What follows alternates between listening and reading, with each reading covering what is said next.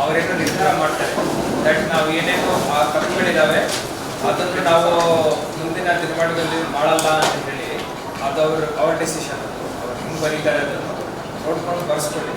ಅದರ ಅಪ್ಲಿಕೇಶನ್ ಇಟ್ಕೊಂಡು ಜೊತೆಯಲ್ಲಿ ಹೊಸ ಸಬ್ ಮಾರ್ಕೆಟ್ ಮಾಡಲಿಕ್ಕೆ ಅವ್ರು ಒಪ್ಪಿಗೆ ಕೊಟ್ಟಿದ್ದಾರೆ ಅಂತ ಹೇಳಿ ಇದೊಂದು ಪ್ರೊಸೀಡಿಂಗ್ ಡ್ರಾ ಮಾಡಿ ನಾನು ಸೈ ಮಾಡಿ ಕೊಡ್ತೀನಿ. ಅದರ ಪ್ರಕಾರ ಪ್ರಪೋಸಲ್ ಫಿಲ್ ಮಾಡಿಕೊಂಡು ಸರ್ಕಾರಕ್ಕೆ ಸಲ್ಲಿಸಿ ಸೈ ಮಾಡ್ತೀನಿ ಸರ್. आपने बताया आप डायरेक्टर ऑफ एपीएमसी की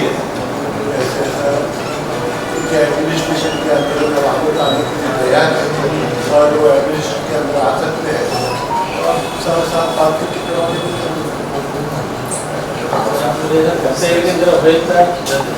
ನಲ್ಲಿ 3 ತಿಂಗಳು ಇರ್ಲಿಕ್ಕೆ ಅವಕಾಶ ಇತ್ತು. ಮತ್ತು ನಮ್ಗೆ ನೆಕ್ಸ್ಟ್ ತಿಂಗಳು ಇರ್ಲಿಕ್ಕೆ ಆಗಲ್ಲ, ಅಲ್ಲಿ ಕಳಿಸ್ತೀವಿ. ರಾಜು ಶೇಟ್ ಅವರು ಪದೇ ಪದೇ ಹೇಳ್ತಿದ್ದಾರೆ, ಅವ್ರ ರಿಕ್ವೆಸ್ಟ್ ಆಯಿತು, ನಿಮ್ಮದು ರಿಕ್ವೆಸ್ಟ್ ಆಯಿತು.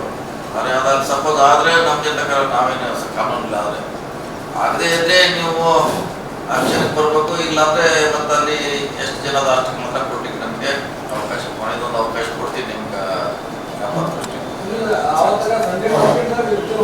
ಅನ್ಸುತ್ತೆ ಅಂತ ಹೇಳಿಲ್ಲ. ಇನ್ನು ಮುಂದೆ ಸಪೋಸ್ ಅಲ್ಲಿ ಏನಾದರೂ ಆಗದೆ ಹೋದ್ರೆ ನಮಗೆ ನಿಮಗೆ ಅಲ್ಲಿ ಎಕ್ಸ್ಟೆಂಡ್ ಮಾಡಲಿಕ್ಕೆ ಆಮೇಲೆ ಈಗಾಗಲೇ ಭಾಳ ಒತ್ತಡ ಬರ್ತದೆ. ನಮ್ಗೆ 3 ತಿಂಗಳು ಕೊಟ್ಟಿದ್ರೆ ಈಗಾಗಲೇ ಸುಮಾರು 6 ತಿಂಗಳು 8 ತಿಂಗಳಾಯಿತು.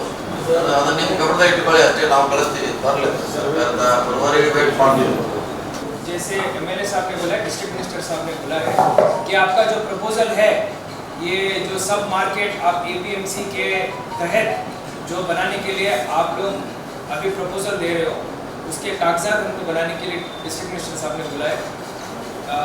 तो फिर TD marketing please build the file and take an application from them and have a discussion with me, have a discussion with the honorable minister and then we will take a decision. साहब ने बोला कि file भेजें. Sir आप